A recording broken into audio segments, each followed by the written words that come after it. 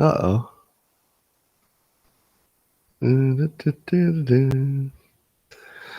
Well, we got a show today. Good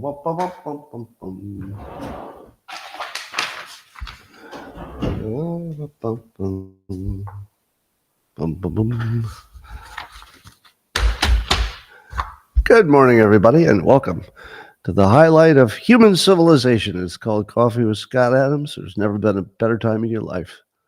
And if you'd like to enjoy this experience at levels that nobody can even understand with their tiny, shiny human brains, all you need is a cup or a mug or a glass or tankard, chalice or stein, a canteen, jug or flask, a vessel of any kind. Fill it with your favorite liquid. I like coffee.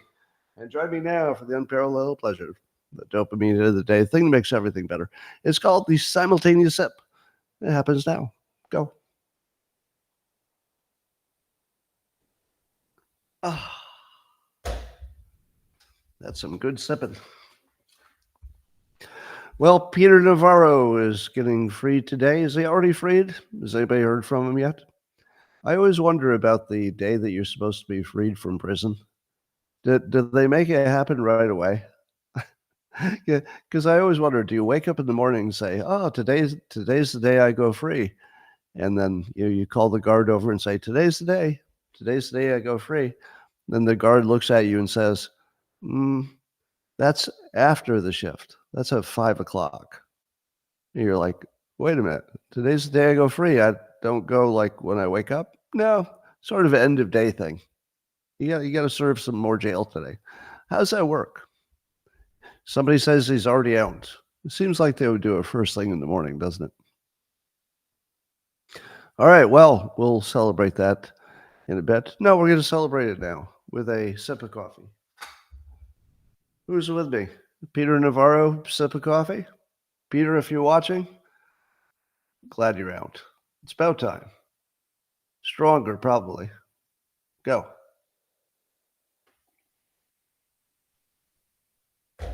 All right. Everything seems to be going Trump's way, directly and indirectly. Seems like God has chosen him. I don't know if that's true, but it looks like it. do you know do you know how many coincidences or events it takes before somebody who doesn't even I'm not even a believer, but even I think it looks like God has chosen Trump. It's getting harder and harder to deny at this point.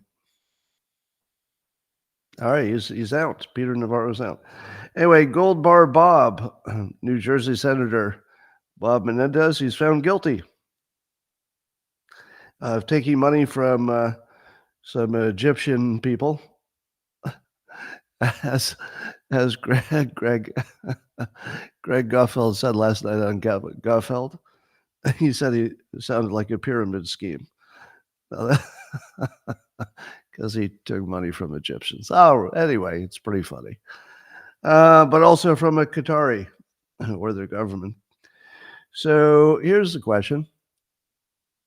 Isn't it lucky that there was just that one criminal in Congress? Thank goodness we got that one guy who's trading favors for money.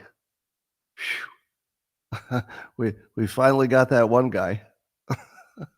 It makes me think he must have like pissed off the intelligence service or something. He must have made somebody mad who normally, would just let things go. It's like, we can make some kind of an example on a Gold Bar Bob. Well, there's an update on Biden's brain. Apparently, before Trump was nearly assassinated, he had a Zoom call with a bunch of moderate Democrats, and the call went like this. President Biden, what do you plan to do to resurrect your campaign and get it going again? Well, anyway, so something like that. So reportedly, it was bad. It was bad, really bad. But here's what I don't understand. How was it that he looked completely coherent in the evening when he talked about the assassination attempt? How much did they drug him up? Or is it just totally random? Because he looked presidential, but he couldn't do a Zoom call earlier that day. I don't know, this is all very mysterious. Well, so Biden is talking about Supreme Court limits. Actually, term limits. And I saw in the comments that some people are saying that he can't do it. He doesn't have the authority. And the interesting thing would be if he tried to institute term limits and there was a legal objection and it got appealed. Am I wrong that the Supreme Court gets to decide on its own whether it can have term limits because it will decide whether the ruling was constitutional or not? do we have the absurd situation where the Supreme Court will vote on whether they get fired? Now that'll be fun. I'm assuming there'll be all kinds of legal analyses that are arcane and weird and don't seem obvious. But unconfirmed miracle drugs. What are we talking about? Somebody's talking about unconfirmed. Oh, the miracle drugs to get Biden to talk. Okay, I'm on board. All right, Rasmussen has a poll on what people think of the shooter's motives. 40% of likely voters think it's he's just mentally ill. But 41% believe it was mainly caused by the Democrats, basically, the rhetoric against Trump. So 41% of the country believes that the way Biden and the Democrats were talking caused an assassination attempt. And I've got a feeling that some of those 40% who just think it's mental illness, do they think Trump was chosen randomly? If your opinion was that the reason for the shooting was mental illness, do you think he randomly chose the president? Or randomly from mental illness? Now, mental illness or not, he picked a specific person and the hardest one to get. So it had to be a little bit about something about Trump. And how would a 20-year-old know anything about Trump? Their opinions are assigned by the media. These are assigned opinions. So I would say that the 40% who say he's mentally ill is really the same as the 41% who said it's caused by Trump's rhetoric. To me, this looks like 81% of the people think it's the rhetoric caused it. Now, if he was also mentally ill, that's a contributing factor. But certainly the rhetoric, no matter how sane he was, he didn't randomly pick the guy that they've been calling Hitler for years. So, and then there's a quote from J.D. Vance that says the central premise of the Biden campaign is that Trump is an authoritarian fascist who must be stopped at all costs, and the rhetoric led directly to the attempted assassination. And apparently 61% of likely voters agreed with that quote. So that would suggest that at least some of the people who thought mental illness was part of it also think the rhetoric was part of it too. So that makes sense. Split the difference. All right. So Dan Bongino, who I would consider one of the best voices on the whole topic of how the shooter did what he did in the Secret Service, etc. Bongino is the one to listen to. He's got the best insight on that, I would think. But he said he had an unimpeachable source that there was a police officer whose job it was to secure that area, apparently, did not show up for work. And there's no word yet why. Is there an update on that? I didn't see an update this morning. But the unimpeachable source says there should have been somebody on the roof, and the roof guy didn't show up. But we don't know why the roof guy didn't show up. Now, that still makes the possibility that there was some shenanigans, because we don't know why the roof guy didn't show up. However, I remind you that so far, every single part of the story is consistent with the Dilbert filter. that people are way less capable than you imagine they are, and that people can make way more mistakes than you think possible. And DEI has probably infected the competence of the entire operation. Plus, they had temps.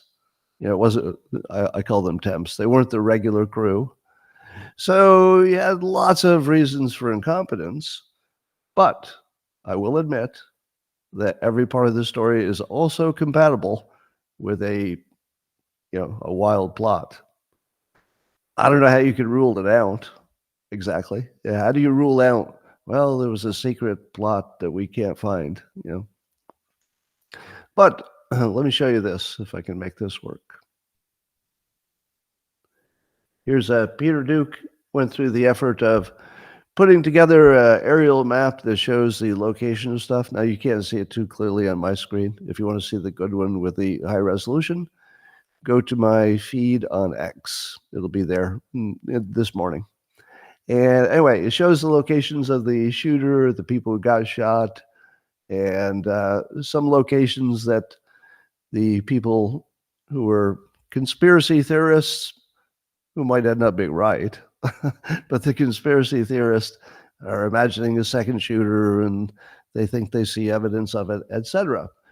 I'm going to say that confirmation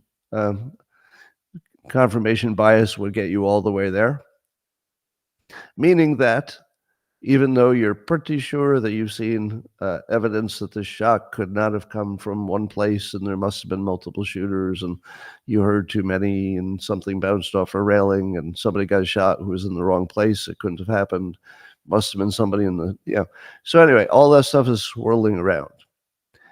In my opinion, the hypothesis that it was part of a bigger plot and somebody else was involved is still alive. That's a live hypothesis. The competing one, that it was just massive incompetence like we see everywhere else all the time, is also fully alive. So you've got two theories they're living completely. I mean, both of them, you can't put a glove on them. I'd love to say that the Dilbert filter, that it's just incompetence, is the one that's better because the other one has some flaws. But the other one doesn't really have any flaws. It looks completely consistent with some kind of a larger plot. Doesn't mean it is, but it seems completely consistent with that. Now, one of the things we found out is that the shooter had a remote control and had a bomb, or I guess two bombs in his car in the parking lot. And people are saying, what's that for?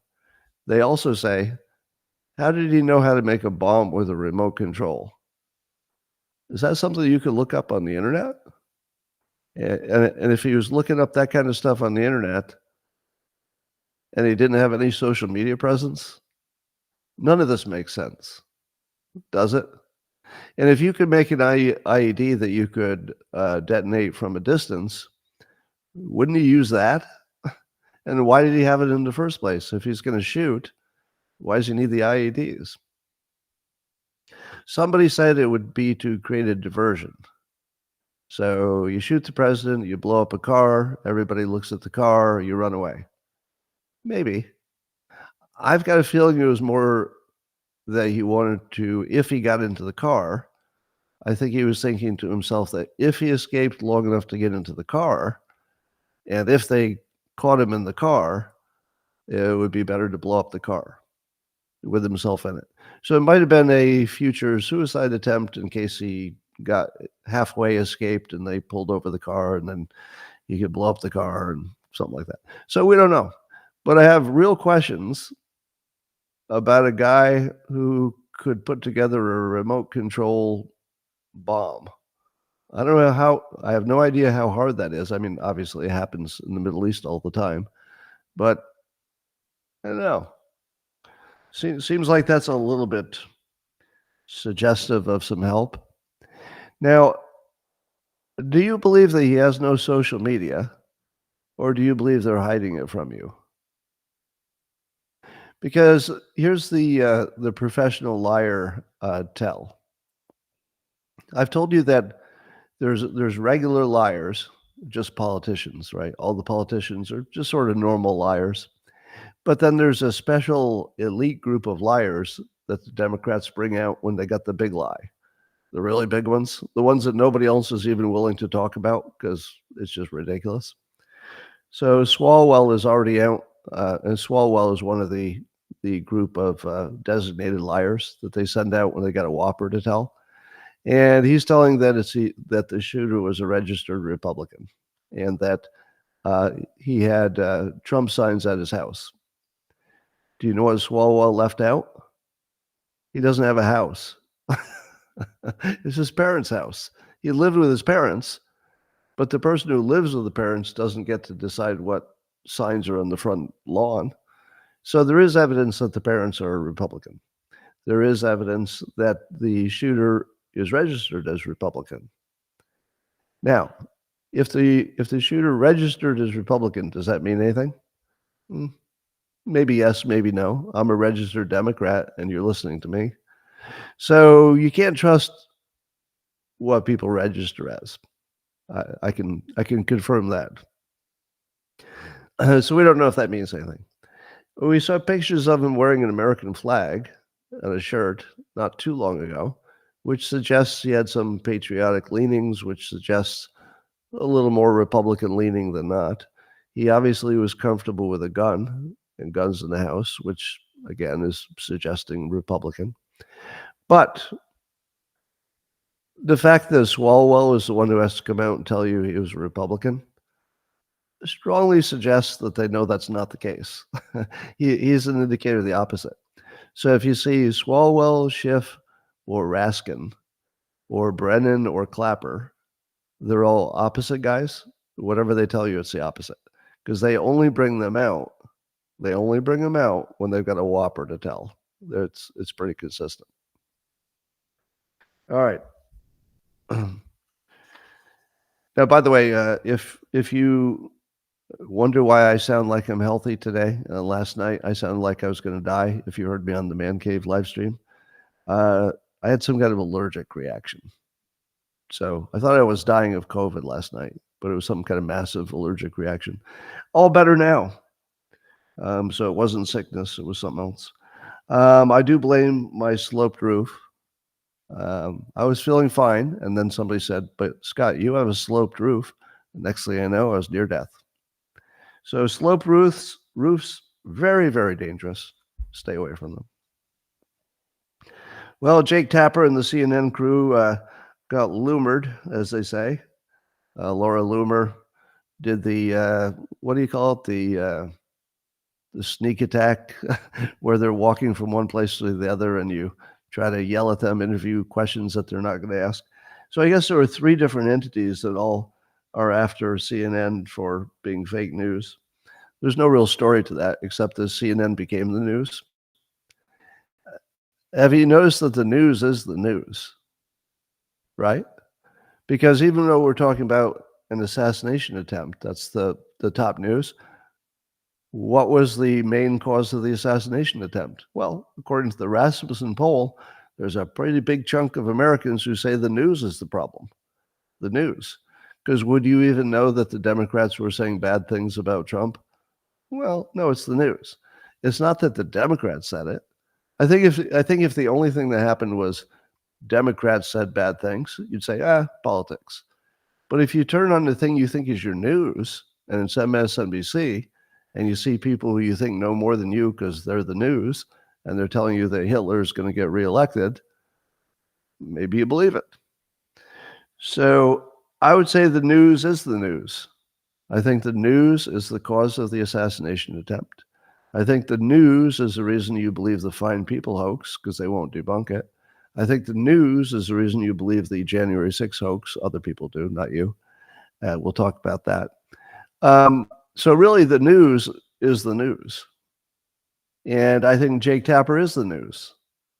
He's not just the person reporting, he's the news. Because why has he been saying the things he's been saying? By the way, I don't think he's the worst of the worst or anything. He's just in the conversation. So yeah, once the news becomes the news, you need to correct. You're going to have to find something. All right. I don't know if you saw the story, Kara Swisher and Scott Galloway, who some people think is my clone, but he's not. He's not my clone. I disavow him because he was on a podcast making some assassination jokes. I'm not going to repeat it, but he made an assassination joke, and what some people think was too soon. Now, I feel that it wasn't so much a too soon story. I'm not the one who's going to cancel somebody for a joke, even one I don't like, right? I have to be consistent. I'm not the one who's going to cancel somebody for a joke, even a poor taste joke. I tell jokes in poor taste nearly every day, often in public. So it's more revealing about what they actually think. And I do think that there are quite a few people who want people like me to be literally dead, like actually literally dead. Now, why is that? Is it because they accurately know things I've said? Is it because they accurately know things Trump has said and done? No, it's the news. The news is the story again. If you think this is a story about Kara Swisher and Scott Galloway having some opinions you don't like that were stated in a way that became public, that's not exactly the story. The story is they're victims too, meaning that they are just as brainwashed as most of the world, actually. So the brainwashing is the story, and it's the news. The news is brainwashing people to say things that when you look at them, you say, my God. But moreover, it also tells you something about their bubble. How did you not know that would be taken really, really badly? Because they act like, people are going to love it. And I think that's the problem with that Jack Black Tenacious D concert that got canceled because one of the bandmates said something pro-assassination. I think that you say that in front of a crowd of people because you're so in your bubble that it doesn't occur to you that half of them might be deeply, deeply offended by that. And they were, probably. I don't know if it was half, but a lot. Anyway, Biden apparently, his Department of Energy has an AI roadmap. Now, you might say, what does the Department of Energy have to do with AI? Well, AI will suck up massive amounts of energy, so much there wouldn't be enough left for human beings, literally. So we've got a really big problem, and it might not be solved by building more power plants because it takes a long time to build a nuke facility, for example. But one of the things they want to do is figure out how to make AI supercomputers more energy efficient, which totally seems like that's worth doing. So, in our highly contentious world, I'd like to say that looks like good work. I have no problem with that. I think having my government do some kind of a nationalist initiative to try to make the AI supercomputers more energy efficient so it doesn't suck up all our energy and we all die in the fields, that just seems like a solid, good idea. So sometimes we can say that the Biden administration did something right. I hope this is it. I don't know all the details, but I hope. Well, meanwhile, some what are being called Trump allies.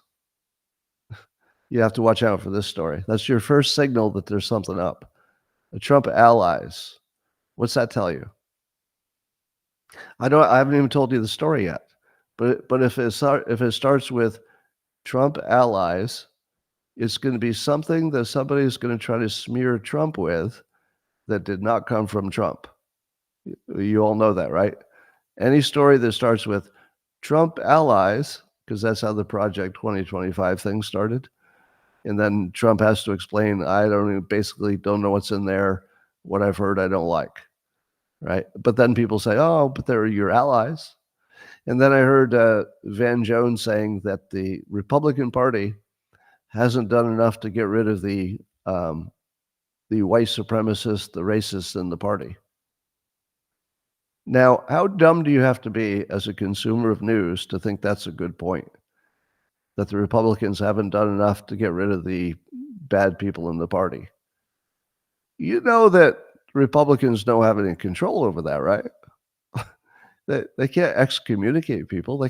People can register any way they want, and then they can say anything they want, and then they can vote. Free speech is still possible, even if you hate it, which is really the entire point of free speech, is that it allows the stuff you don't like. And what are the Democrats doing to get rid of their bad people? I mean, so, you even have Van Jones has retreated to really a stupid point. Let me be blunt. And I know he's too smart to think it's a good point. So if a smart person has to use a stupid point that somehow Republicans could excommunicate the people they don't like in the party, if all he's got left is a stupid point, and he knows it's stupid because he's smart, right? If he were stupid, I'd say, does he not know that's a bad point? No, he's very smart. He knows it's a bad point. It's all he's got. They're basically out of ammunition, so you gotta go to the stupid stuff, really. And we'll talk about January 6th in a bit. All right. So anyway, the Trump allies have crafted an AI executive order that they'd like Trump to sign on to. And it's been viewed exclusively by the Washington Post. Do you see the second tell? Do you think the Trump allies are really ones that Trump has endorsed to do this work for him? No. And do you think if it were Trump allies and Trump liked it and the allies were all on the same page, do you think that it would be released only to the Washington Post or maybe leaked? We don't know if it was released or leaked. No, the Washington Post is not a credible entity. The Trump allies are not a credible description of anybody. And they have some kind of Manhattan Project idea for a military AI and slashing burdensome regulations. I would say I would not believe any part of that story. It could be some elements are true, but it's coming from such a non-credible place, you should just discount it entirely. If later some credible entity that's not the Washington Post says it's true, well then, maybe upgrade the likelihood there's a story here. Then you got to see who these Trump allies are. Because, how much have they actually talked to Trump about any of this? And would J.D. Vance think it's a good idea? Would Vivek think it's a good idea? By the way, how much do you love the fact that nothing stupid can get to Trump anymore? Think about it. Trump now has a smart filter that he's surrounded himself with that's largely impenetrable. There is no way that something just stupid is going to get all the way to Trump and turn into a policy. Because you got Vivek standing in the way. You got J.D. Vance standing in the way. You got Elon Musk standing in the way. You've got most of Silicon Valley's smartest venture capitalists, we'll talk about in a moment, standing in the way. Now, he didn't have that before, right? He did not. He had, smart people, of course, but he didn't have that. That's like an impenetrable shield of high IQ people who are going to make sure that the dumb shit doesn't get to Trump, and if it does, it's not going to stick. They're going to give him a silkwood bath if he gets any dumb shit in there. So I've never felt so confident about a presidency. Fingers crossed that becomes Trump.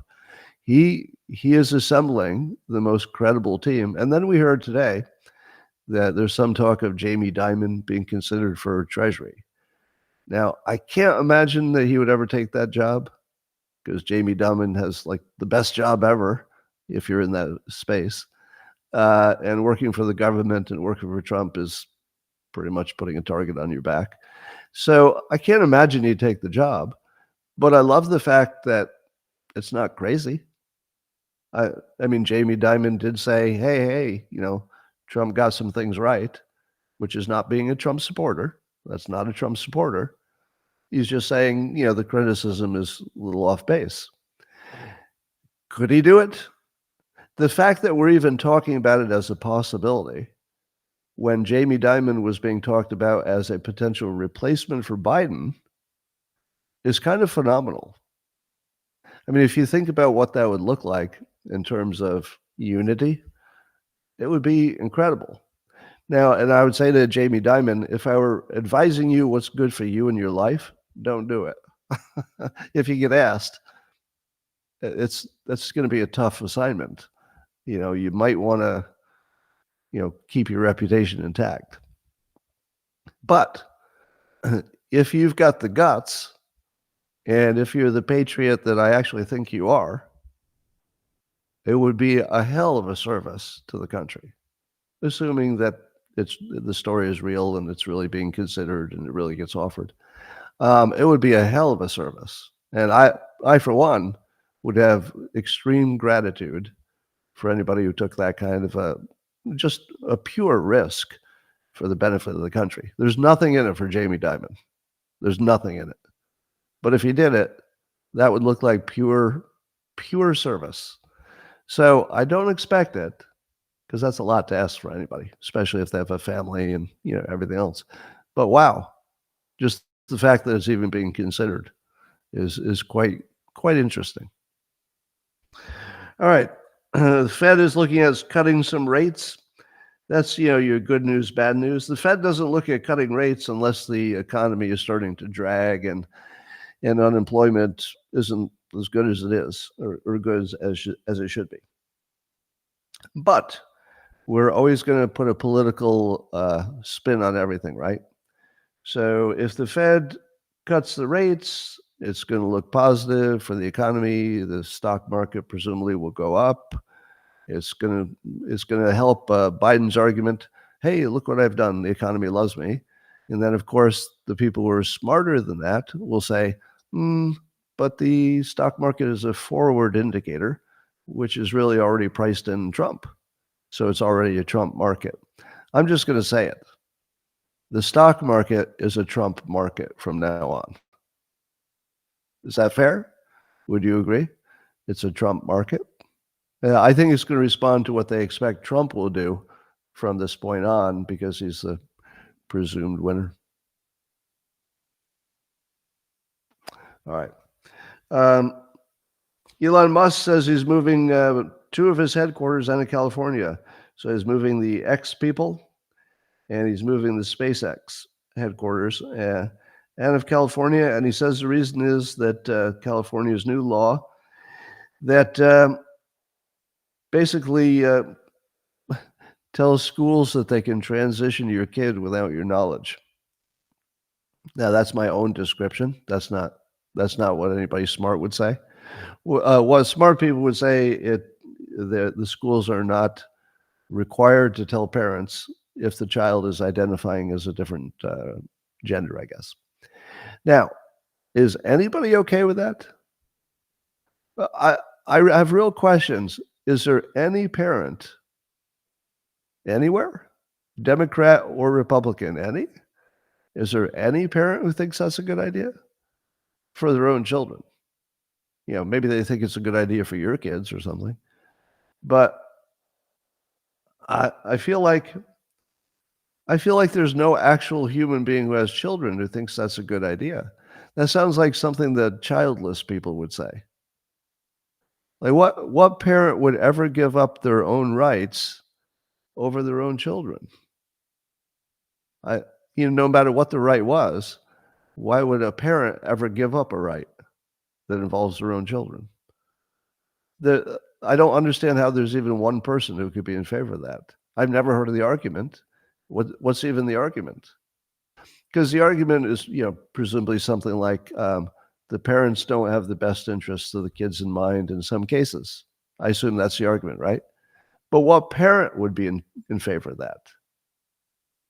There's no parent who would be in favor. So did people without kids make decisions for people with kids? I don't know what went on there. I don't know how such a absurd thing could happen. Now, I do suspect that Elon Musk had a bit of a fake because, meaning that he was already talking about moving X. That conversation was happening. And if he's going to move X and the SpaceX center of gravity is already in Texas or someplace else, It just makes sense he wanted to consolidate his businesses where he spends more time. So it probably just means less travel for him and fewer taxes, fewer problems with the state messing with you. But I do like the fact that he tied it to a political event and allowed his communication to be louder because it was tied to an economic event. So it makes it look clear that California has given up a lot of money to have these ridiculous laws. That law is just batshit crazy. There's nothing to even argue about it. It's just batshit crazy. You can't take the parents out of raising, a decision as basic as the kids. Anyway, I don't have to argue it because you're all on the same page. Well, let me test. Is there even one person in the comments who thinks that's a good law? I don't even have to look, do I? There's not one person here. I don't know how that gets approved. Quite a mystery. Well, last night at the Republican National Convention was Enemies Unite night, I guess. Nikki Haley was there endorsing Trump, and Vivek gave a great speech, brought down the House, endorsed Trump. DeSantis endorsing Trump. Now, that's great messaging, because remember, the whole point of Trump is he's trying to unite. So if you're going to be a uniter, I can't think of anything better to, start that moving than getting the people on your own team to unite. And apparently he has. So the unity among the Republicans is the best I've seen in many years. And that's on Trump. Now it's on luck, the luck of surviving an assassination, but that's on Trump. So during a Trump time, the Republican Party came together. The ones who are still anti-Trump are just, not serious people at this point. They're not serious people. There's a question whether Vivek Ramaswamy would accept, if he were offered, to be the replacement senator in Ohio. And Vivek says he's going to talk to Trump about how Vivek can be the most useful, whether it's that or something else. And I'd love to know what the alternative is. Wouldn't you love to have that option? Hey, Vivek, you don't have to even run for election. Could we just make you a senator? And Vivek's options are so good that he can say, I don't know, let me mull that over with my other opportunities. Just try to hold that in your head. Yeah, here's somebody that you never even heard of, 2 years ago or whatever. And he did such a good job running for president, even in a, ultimate losing effort. He did such a good job that he's literally having a conversation. I don't know, senator without spending any money, without even having to run for it. I don't know. I'll put that on my list of things I'll consider. Do you realize what kind of talent is coming into the administration? I mean, just hold that in your brain for a second. The level of talent that's coming in, that even that conversation is a conversation. Is Senate good enough for you? Would maybe you should be head of Homeland Security. Is there a better job that would make more sense? Oh, senator's okay. I could settle for a senator. I just love that story. Anyway, Andreessen Horowitz, that's a big VC outfit in the Valley, are endorsing Trump. Now, if you don't know the players and you just heard, there's a couple of money people in Silicon Valley who kind of decided to endorse Trump. No, that's not what happened. If you're a little closer to the situation, I live around here. So, just by osmosis, you end up knowing the players. Andreessen Horowitz aren't just two smart guys. They're two smart guys that smart guys look to figure out how to be smart guys. That's big. Because they are people who shape opinion. They're not just people with opinions. If you didn't know that, you would think this is a small story. But when these two guys go public on the same side and unambiguously endorsing Trump, After you've seen Bill Ackman go, you've seen now there's a pretty long list of VCs who have gone public, come out of the closet, and of course Elon Musk, and Jamie Dimon. He's not supporting Trump as far as we know, but even he said recently, some of these criticisms about Trump are a little overblown. So you're seeing people come out of the closet. Mike Cernovich said in these words today, you can now operate in, quote, legitimate society while supporting Trump. Hard to overstate the implications of this for the 2024 election and future. Yup, it is hard to overstate how important that is. It's really hard to overstate it. And of course, it was the assassination attempt that gave everybody the fake because. That was the ultimate permission. It's like, okay, now we're seeing the things have gone way too far. We can come out under the cover of the, hey, you can't be in favor of an assassination. So that's good. But I would like to thank Cernovich for being one of the biggest fighters for legitimizing the ability to just have an opinion. And I would like to thank everybody who got canceled, everybody who had been maligned, everybody who lost a job, everybody who went first. Everybody who went first. Because although, Cernovich is correct in pointing out the bravery of the people who were coming out, he was first, right? Like he didn't wait. There are people who ran into the fight first, and it's very magnanimous of him to give credit to the people who are coming on board now. They did have big reputations and lots to protect, and you understand that.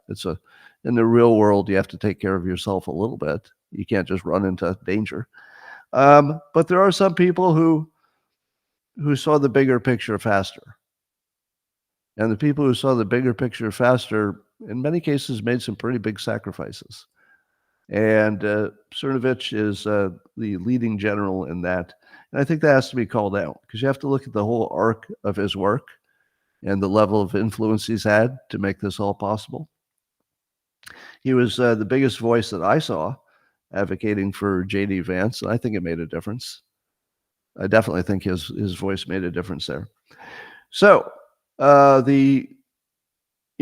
people that in my mind feel like founders, because I feel in a very real sense that something like the founding of the country is rehappening.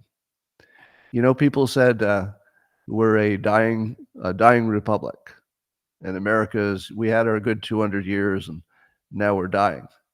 You know what? They were right, except they didn't have the timing right. We already died. The founders are reforming the country. Now, Democrats aren't going to want to hear this, but I don't think it's a coincidence that God saved Trump at the same time that people who look like they're the reincarnation of the founders have just arisen. When you've got a Vivek who reminds me of Jefferson, you've got a Elon Musk who reminds you of Ben Franklin. You've got basically you could go down the line and you could map the founders to the current bunch of people. You would map George Washington to Trump. When you saw Trump put his hand up, what was the first thing you thought from history? The first thing I thought was that iconic painting of George Washington crossing the Delaware. And Washington is standing up on the boat as if he would stand up on that little boat. But, and I'm sure it's not based on a literal picture. But do you feel that that America actually did die? I don't think we're trying to, recover. I think we fucking died. I think that the Republic was dead. I think that we've been run by some, people in the background now for decades and just imagined we had some kind of country. I do think that the founders have been reformed. There is some kind of larger force that's making things happen that it's just hard to explain in any other filter. Now, I remind you, I'm not a believer myself, but the filter that fits the best is that God formed America in the first place, didn't like how it was going, let it die, but the economy kept cooking along, and then it was time to reform it. And I'm seeing a new America. I'm not just saying, make America great again. It just looks like it's being reformed, almost from scratch, from first principles, let's say, from first principles. If you look to Vivek, he's a first principle guy, says it all the time. If you look at Elon Musk, first principle kind of guy, says it all the time. What do all of the venture capitalists, the Andreessen Horowitz people, what do they all have in common? First person kind of people, or first principles. They're basically, wait. Let's back it up to what the basic situation is, and then reason it from there.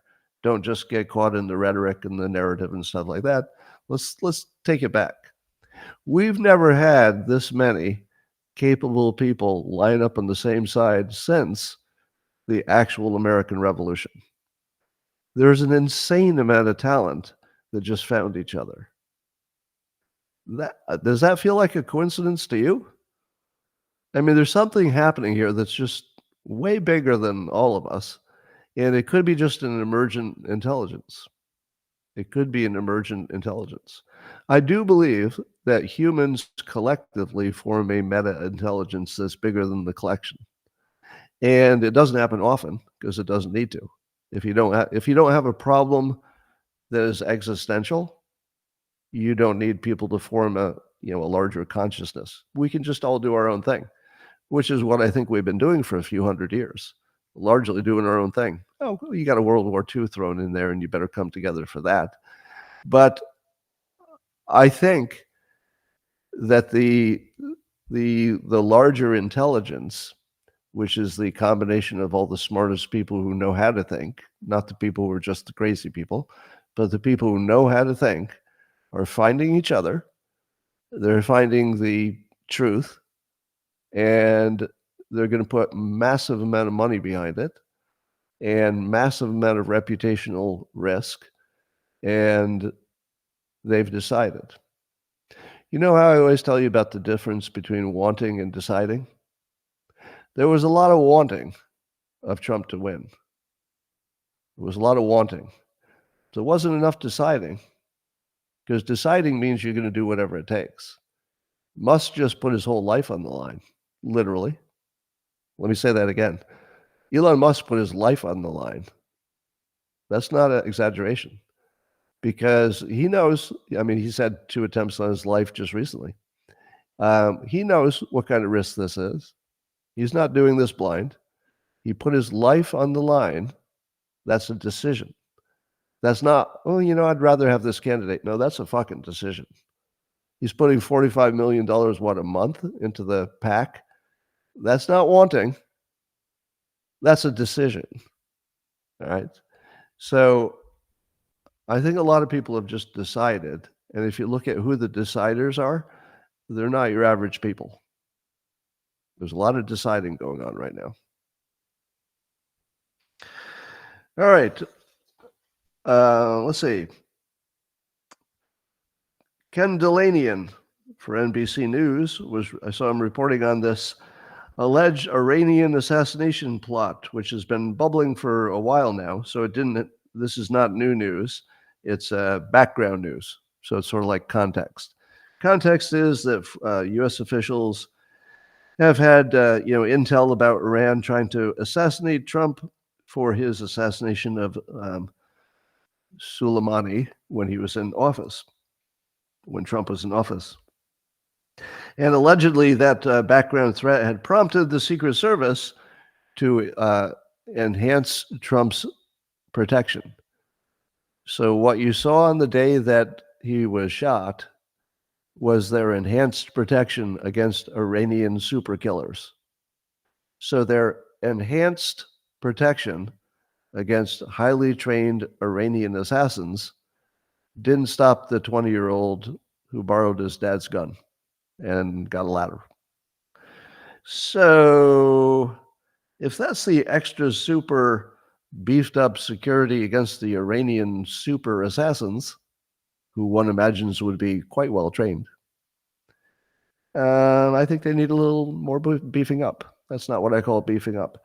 But if you didn't not recognize the name I gave you, Ken Dilanian and NBC, I will tell you that allegedly, I have no personal knowledge of this, but I think this is the Glenn Greenwald filter on things, that it would be well known, again, this is not my own claim, that NBC and specifically Ken Dilanian would be considered the voice of the CIA, basically. Now, that's not my claim. That's the claim that smart people make. I wouldn't know. But isn't it kind of coincidental that something that would muck up the story would get into the story at just the right time? Now, it does seem sort of related, but not really. Because if the worry is that the shooter was in fact radicalized by Democrat talking points, then the last thing you want is to not have a counter narrative. It's like, well, I don't know. We don't know his motives. It could have been, it just could have been the Iranians got to him. So it just sort of introduces some doubt into something that probably shouldn't have any doubt at all. If an American takes a shot at Trump, is there any doubt that he was radicalized by the media or social media, which is also radicalized by the proper media? Not really. It's not one of those questions where you have to question his motive. Now, if you say, oh, but he was influenced by this as well, okay. But still, it's because you got there is no scenario in which you take a shot at Trump just because you worked out the details on your own. That came from somewhere. 20-year-olds don't have their own opinions. I had a conversation with some young people the other day who is not too far from that age of the 22-year-old, who said that all of their friends are starting to hate Biden because Biden is too pro-Israel. And I said to him, do your friends know that Trump is considered like the biggest friend of Israel ever? And they looked at me and said, what? I go, yeah. So all your friends who have decided that they don't like Biden because of Israel, they don't know that Israel and Trump are the closest of any couple that have ever been. And they said, oh, well, actually, to be fair, nobody my age knows anything. That was the honest answer I got back. Nobody my age knows anything. So then I tossed down a few. I said, well, were you aware of this? No. I said, were you aware of this? No, I've never heard that before. Were you aware of this? Nope, never heard that. So that's what a 20-year-old knows. What a 20-year-old knows is just nothing. And nobody suggests that this was the best informed 20-year-old. Nobody thinks that. Now, I see MK Ultra all over the place. I don't believe that the CIA can hypnotize somebody to be a killer. So speaking as a hypnotist, I don't think that's the thing. You could find somebody who's already, ready to be pushed over the edge. So you could maybe tip somebody over the edge. You can't take somebody who wasn't thinking about it and turn them into an assassin. No hypnosis can do that.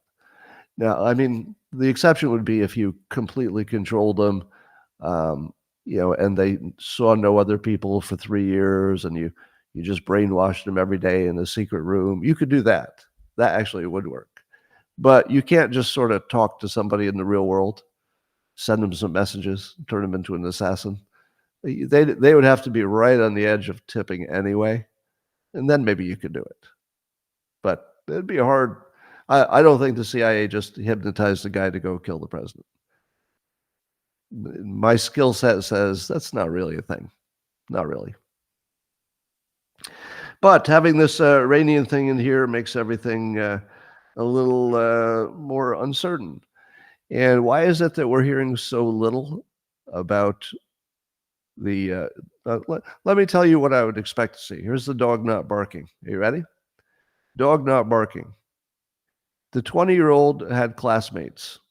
All right. Now he's in high school, of course, but he had people who knew him in high school. Now, apparently he was bullied and he wasn't popular.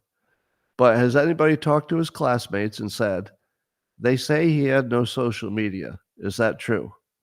His classmates know if he had social media. Where's that? Now you don't necessarily want to put them on camera because they'd be 22, so that'd be fine. So if you had some 20-year-old people who went to school with him and you say, can you tell me that this is the only 20-year-old, then he would have been 18, who has no social media? Just ask the people who know him. They know for sure they know if he had social media. 100% they know. Now, I can understand why the people doing the investigation maybe don't want to tell you anything yet because it's an ongoing investigation. But the news knows where he went to school. The news knows his family. The news could easily find his friends. And why isn't the news telling us if he had social media? Because they could. They could. You think they couldn't figure that out? You think there's no way an investigative journal could find somebody you went to school with? You just have to find one person you went to school with. Did this guy have social media? Of course he did. Or oddly, he did not. Right? So it's kind of missing. It's kind of conspicuously missing. Anyway, there's a big headline news today. This is unusual. I mean, it's the reason it made news. I've told you before that if a dog bites a man, that's the old saying. That's not news because that could happen. But if a man bit a dog, well, that could be news. That's the old saying. So here's one of those. I know you didn't expect this, so that's why it's news. Representative Adam Schiff told the truth at a private meeting, and it made headline news. Anyway, next story. Oh, you're probably wondering what he said. Well, that's not the fun part. What he said was just the truth that you already knew. The story is that Adam Schiff told the truth. That's literally the story. I'm not making that up. The story is that he told the truth.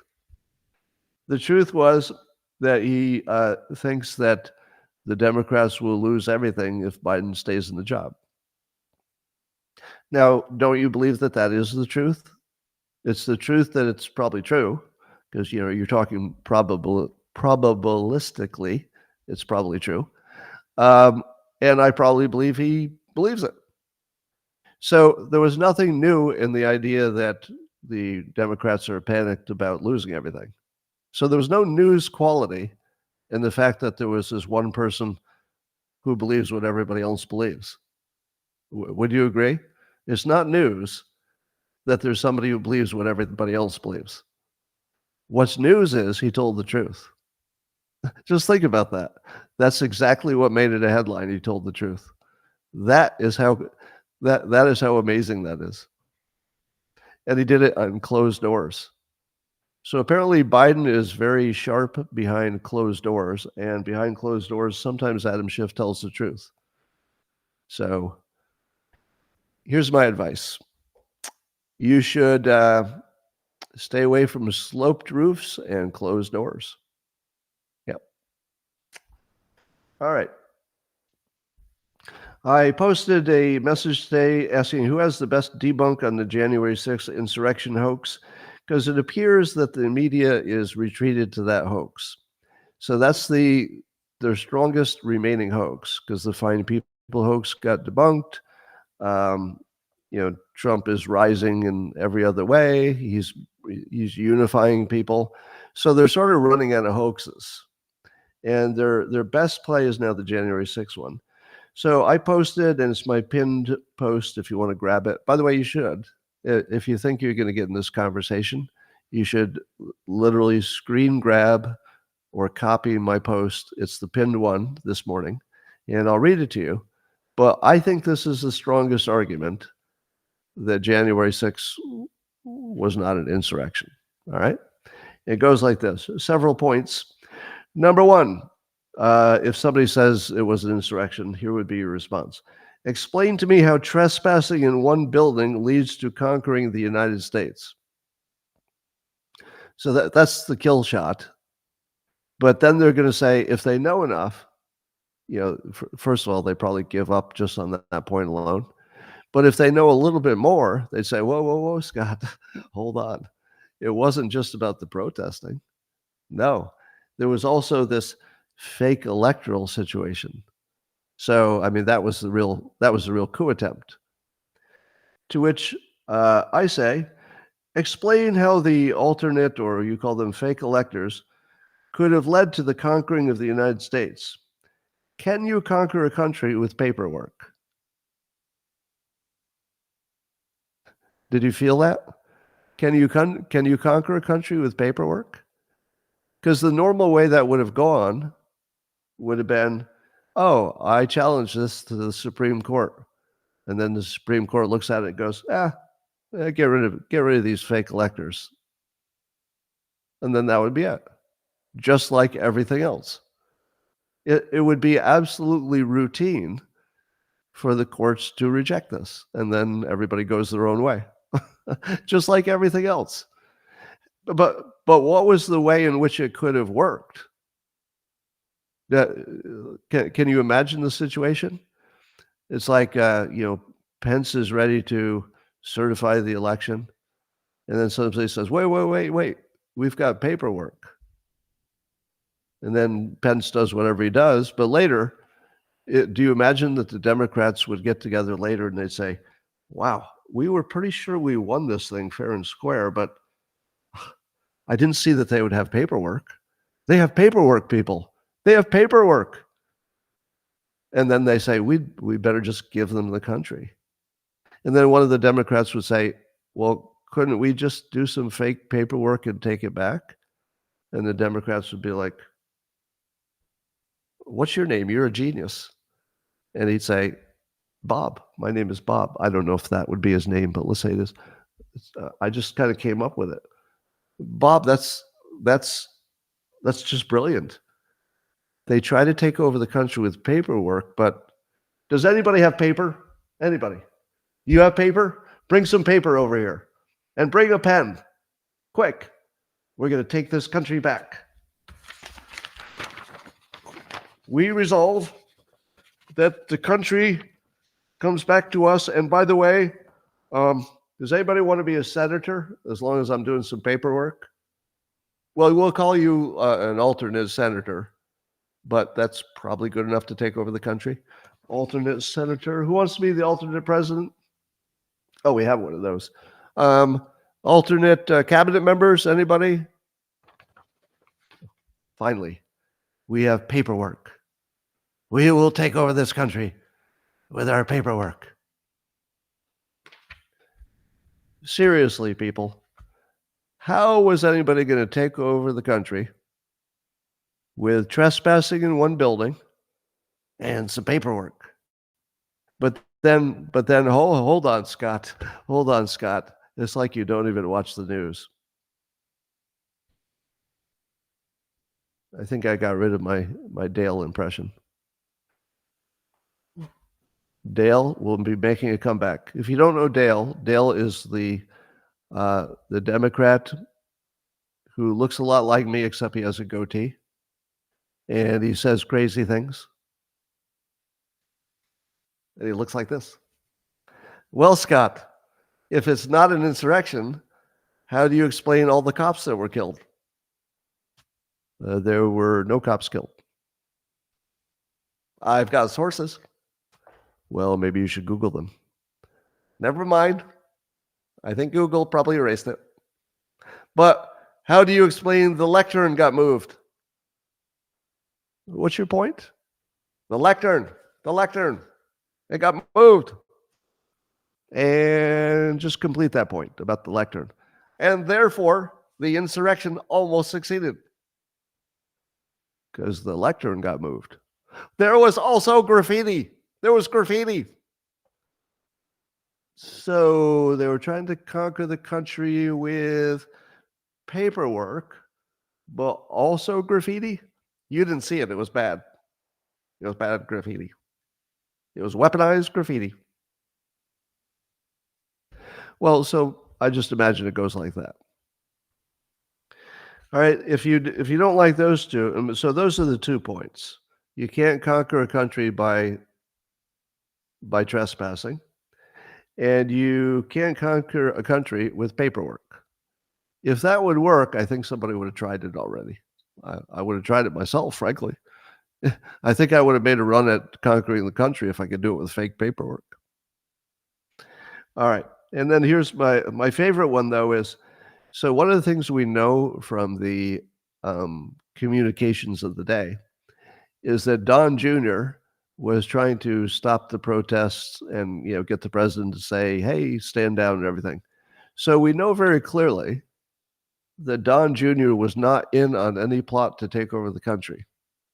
And so I ask you this: do you believe that Trump planned to take over the country and word never got to Don Jr.? Because you think, at the very least, somebody would have said, "Hey, Don Jr., you better protect all of your children, because if your father takes over the country, they're in a lot of trouble, and so is your whole family, and so are you. So you might want to beef up your security because we're going to take over the country." I feel like that would have been mentioned. It would have been mentioned to Don Jr. Like, how dumb do you have to be to think that Don Jr. wouldn't be in on the plot? I mean, if the plot were real. Of course he would. Of course he would. Anyway. Then here's my other point. Have you ever met a Republican who would be okay with Trump or anyone else becoming a dictator? That's the opposite of being a Republican. It's right in the name. Well, it's not right in the name, but the whole point of being a Republican is you like the Constitution. There's no such thing as a Republican who also kind of wants a dictator as long as the dictator's a good one and on their side. That's not a thing. There are zero Republicans who would have been okay with some kind of a coup. Zero. I've never even heard it privately. I've never heard anybody whisper about it. I've never heard anybody say, it wasn't a coup, but honestly, if it had been, I would have been all in. No, there's no Republican. Find me one Republican who would have ever had that point of view. It's not a thing. Now, let's compare the insurrection narrative to what I call the more rational explanation. Here's the rational explanation that you never see on the fake news. So if it wasn't an insurrection, Scott, what was it? If it wasn't an insurrection, what was it? What was it, Scott? What was it? Well, maybe it was exactly what they said it was. Maybe if you simply asked all the people you believed were involved, what is it you were trying to accomplish? Maybe do that. Maybe just ask them, hey, what was in your mind? What were you trying to do? Don't you think that matters? There were thousands of people there. Why not just ask them? Why were you there? What were you trying to accomplish? I've asked them. So on behalf of the news that didn't do its job, let me tell you what they would say. They would say, we thought the election looked sketchy, and we wanted a little timeout to check to see if this problem was what we thought it was, which was the election was stolen. So we were trying to protect the election. We were trying to protect the outcome, and we were trying to protect the country, protect the republic, and make sure that all of us, all Americans, got the result that they thought they voted for.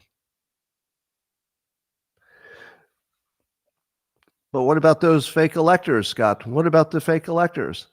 Well, why don't we ask them what they intended to do? What they intended to do, if you ask them, is to preserve their legal challenge. Now, did they do it right? A lot of people would say no. But does anybody doubt the intent? Does anybody have any question about the intention? No, the intention was to preserve their legal right. Now, they thought that could lead to Trump staying in office, but that would require, of course, that somebody looked into the election and found some problem with it, which never happened. All right, so if you don't like debunking that, let's talk about debunking climate change, which looks like it's going to fall any moment. Steve Malloy, who's been debunking climate stuff forever, here's what he says. Now, I'm going to say I don't know if his facts are the same as the official facts. So you have to watch out if everybody's using the same sources of data, and I don't know the answer to that. But here's what he says, that for the last 9 years, the temperature has, on average, gone down. Therefore, you would have to believe that over that time, 450 billion tons of CO2 got into the air between 2015 and 2023, and it didn't do what it was predicted to do. And then on top of that, so that's the first claim. So the first claim is that the temperatures didn't go up, but the CO2 went up massively. And if you're only talking about 1 year or 2 years, you'd say, okay, we didn't claim every single year was going to be a straight line up, just as the average would. But it would be pretty hard to argue that over an 8 or 9 year period that you didn't see any impact of climate change. None. At the period when it was the most CO2, not only in the air, but the most added to the air. And in that entire time,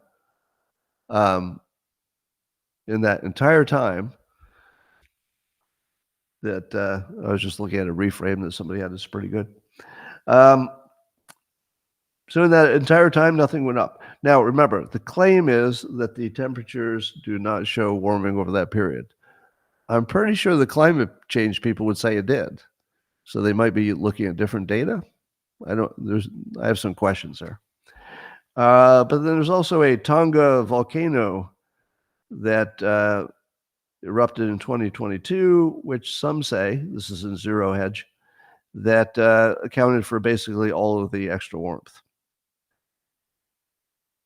So you didn't debunk anything. Brian Sicknick died.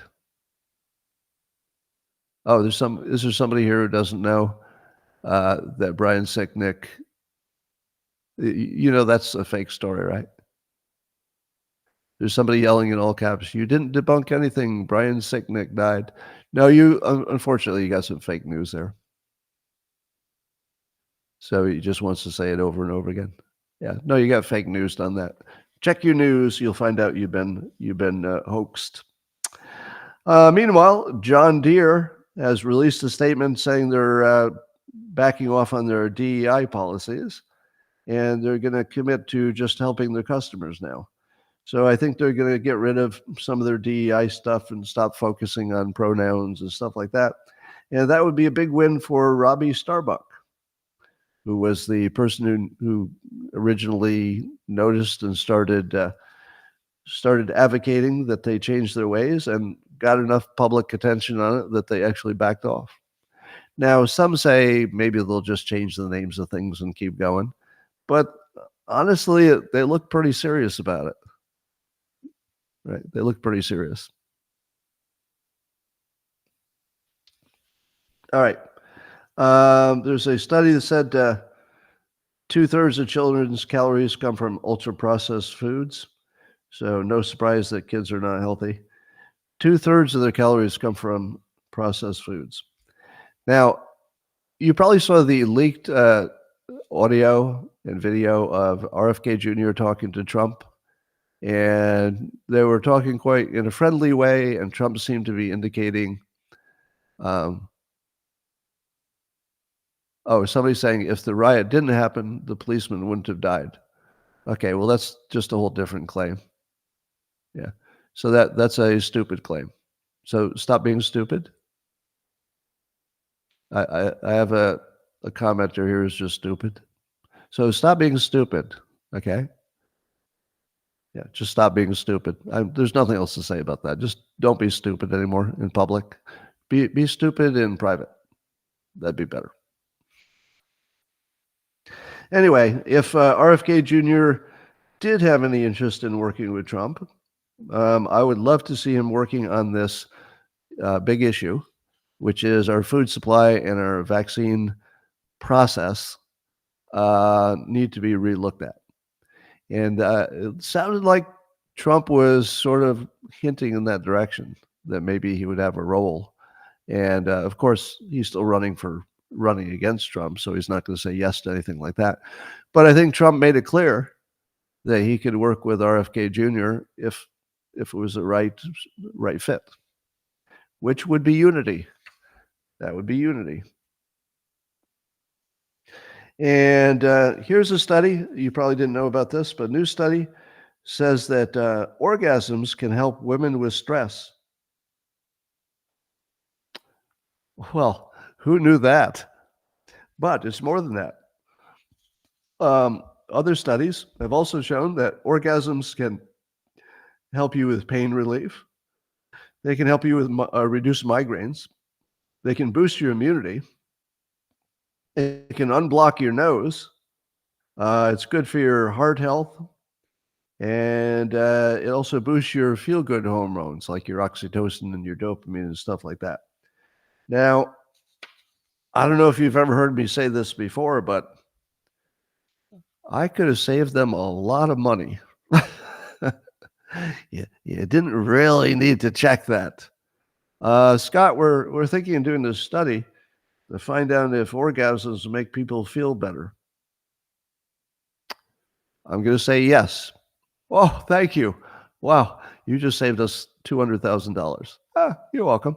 Is there anything else I can do for you? Well, we're also wondering if it reduced your stress, especially for women. Yes. Oh, wow. You just saved us another $200,000. I swear we were going to study that. But you knew the answer all along? I did. I knew that one. How about it'll boost your immunity?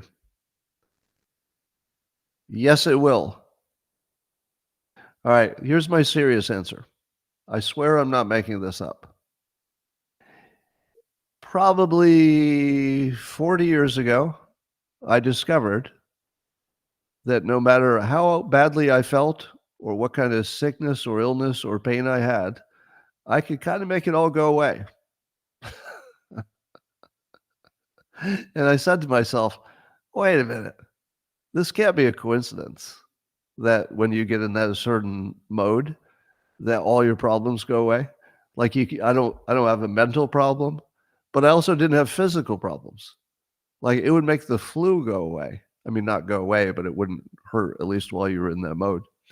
And here was my hypothesis I developed literally 40 years ago, that your mating instinct is so strong that it will erase your other problems. So in other words, your body is made to reproduce. So you put it in a mating instinct mode, even if you're all by yourself. If you're in your mating instinct mode and your body is registering mating, then it goes to its highest health situation. In other words, it puts you in the best situation to complete the task. Because if you wanted to mate, but you had a stomach ache, well, maybe you'd not do it. If you wanted to mate, but you had a migraine, well, you probably wouldn't be in the mood. If you wanted to mate, but you felt some pain, you probably wouldn't do it. So I had noticed that being in that orgasmic, mindset makes all your pain go away. And I had always hypothesized that there must be an obvious and logical evolutionary reason, which is you're better at reproducing if your body is all working right. And so that the moment you have an opportunity to be in a mating moment, even if you're by yourself, that your body just says, all right, we're going to fix everything. Your immune system is boosted, your pain goes away, your migraine's gone, You got a little more energy. How about a little oxytocin? Would you like some dopamine? Because you need the dopamine to act. That's the thing that actually makes you do a thing.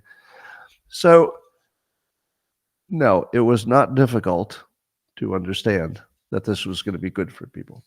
Now, that, ladies and gentlemen, concludes my prepared remarks. And thanks for joining. If you're on the X or Rumble or YouTube platforms, make sure you pick up my newest book, God's Debris, The Complete Works. It's updated and it combines the religion war, the God's Debris, and a new short story. And it's available on Amazon, and people are loving it. They're loving it. And by the way, I've said this before, but if you want to see another view of why that bullet didn't get Trump and only his ear, this book will be another way to look at that. And you won't see it until you're done with it. But once it all comes together in your head, you're going to say, oh, man, I wonder if that's what's happening. So that's the teaser. You will enjoy the book, I guarantee it. Now, bye to everybody except the locals people. I'm going to talk to you right now. Thanks, everybody else. See you tomorrow.